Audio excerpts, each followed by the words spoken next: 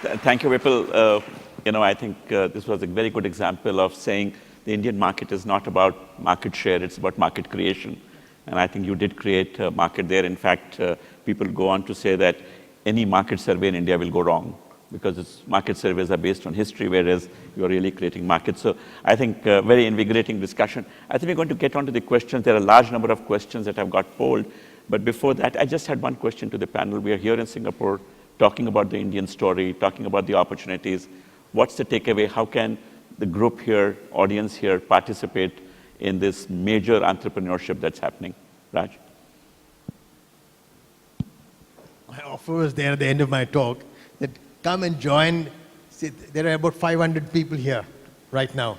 And we'd be happy to collaborate with 500 people to create a completely new consulting scene in the world. Any takers? There are hands going up. So. That's great.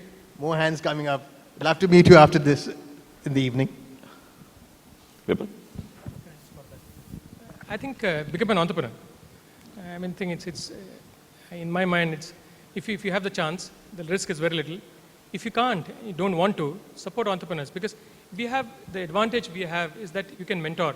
And I think that makes a big difference to, one of the things that I decided after we did our first venture is that I'll consciously spend time with at least 2 or 3 companies and mentoring them. And we spend about a day's time every week. And it's very difficult to do. It takes away a lot of energy. And it can be energy sapping. It has its own challenges. But the difference that it makes to the company is absolutely visible. And I think that is one area where all of us can participate in. Because the kind of experience that we bring to the table, because of the kind of, the perspectives that we bring to the table, I think that's a significant value add for startup companies. Rakesh? I said that when I was talking that investment and mentoring are the 2 important things. But on a larger thing, I would also, for those of you who are interested in research and teaching, we have decided to write 30 cases in the next 3 years on entrepreneurship, capturing the entire entrepreneurial life cycle and capture various kinds of issues that come up. So those of you who know about interesting cases, let us know apart from funding entrepreneurs and also mentoring entrepreneurs. I mean, that's an offer. We have started a new scheme called IMA Mavericks, Young Mavericks scheme, where alumni have started to support people who want to become entrepreneurs through fellowships.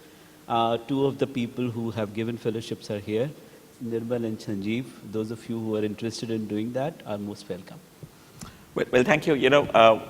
I think we have more than 20 questions here. But being in Singapore, I think technology is being used, making my job easier. There is votes, so I'm going to just pick up with the highest votes first. So, it's just changed. How do we actually overcome the initial fear to take that first step to venture into business? Vipul? I think I'm unqualified to answer the question. You didn't have fear? I don't know. In fact, I became an entrepreneur because my ex-boss was starting a company, and he told me I'm starting a company. I said, when can I join? And he said, that the only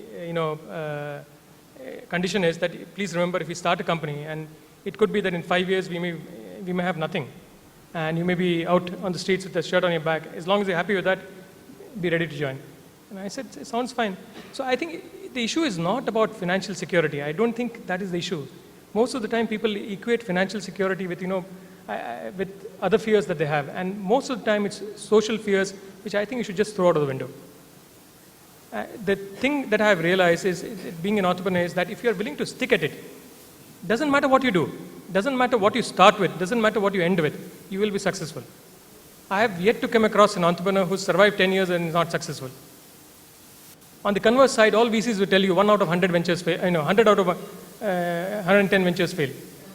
That's not true, because 100 out of 110 ventures fail because 99 out of 100 gave up in the 2nd year, not in the 5th year, not in the 7th year. Good. There's a very interesting question. You want to answer? Yeah, I just wanted to say that at least I am not an entrepreneur, but since I deal with students, having an ecosystem and a peer group helps a great deal. And people come to you with all kinds of fears, and if they find there are several other people who are thinking about the same thing, So there is some kind of an economies of scale which is required in an ecosystem. If we see more and more people on campus thinking about it, I think this fear will automatically go away, at least part of the fear. Thanks. This is an interesting one, and I think very much true. Why don't in India we have professional CEOs working for 20-year-olds, people who started, right? Does that prevent creating real large business, unlike in US? And we have a very good example in Google with Eric Schmidt coming in to help out entrepreneurs, right? I'm taking a guess, okay? Even in the US, the number of companies or venture entrepreneurs who have 20-year experience professional CEO is a handful. It's the ones which gone to a certain size. These are funded by private equity or venture capital who are able to tell the entrepreneur, now you've done your bit. If you want to really succeed, we're going to bring in a professional CEO. I don't think we have enough number of companies in India who have reached that stage. And another thing is in India, we tend to think that if you have started a company, you've got to be the CEO. That will change over the next 4 or 5 years. So we will actually see a large number of CEOs from established companies coming in, not just mentor people, but actually join the company. You'll see that happening.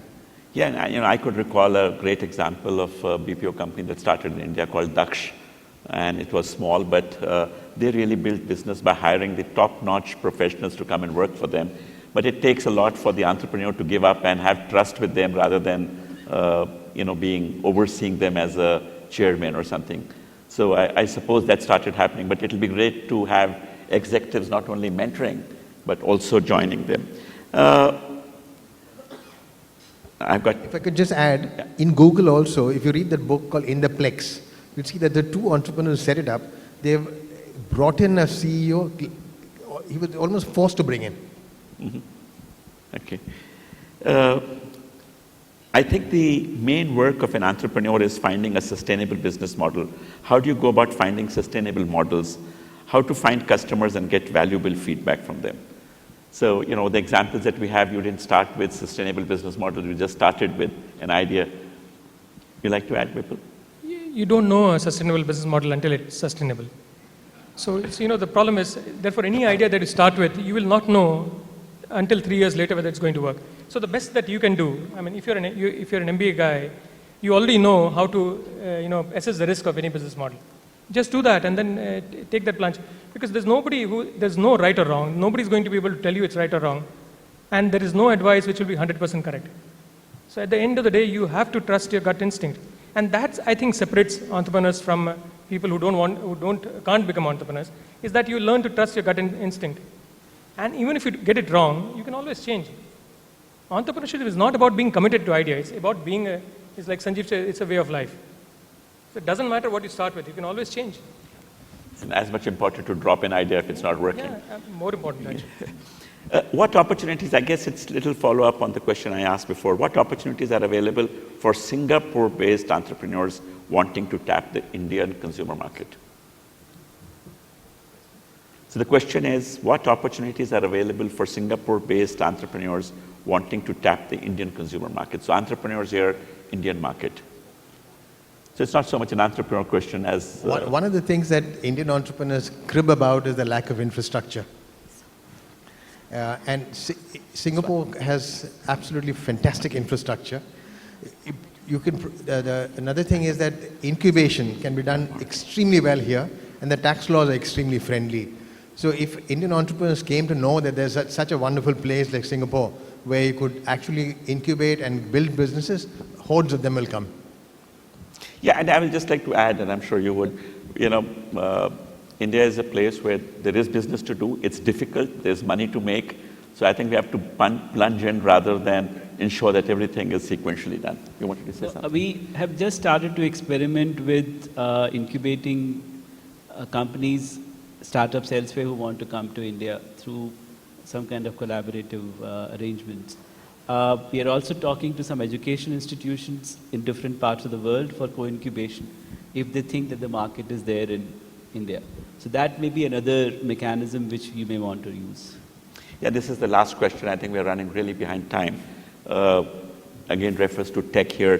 Big companies such as Infosys, HCL, Accenture follow a services-based business model. Why are there no big product companies in India?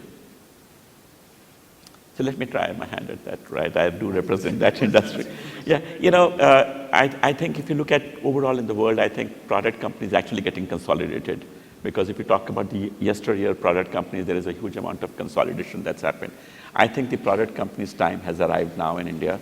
Just in the last 4 years, right, 1,000-odd product companies have emerged. And I think that's happening because there is a new way that they can access. So internet and mobile has offered them new. I think these are the product companies are looking at solutions locally and then leveraging them overseas. So I think the size and the type of product companies are going to be very different. But today, the fact that cloud enables an IP-based product company to be offering its services has completely changed the market. And I think right here, I met many of you here who are actually using that model. So I think it's not going to be product, so it's going to be very different to distinguish between a product and a service, because it's going to be, even products are going to be offered in terms of an IP-based services. So I think the time is now. Also, we've not had a very strong market where M&As happen, technology companies get acquired, and I think that started happening today. So today, very large tech companies overseas are scouting for IP-based companies in India, and I think that's encouraging people to come in. So I hope this session, so first I'd like to give a big hand to our panelists here for sharing their experience.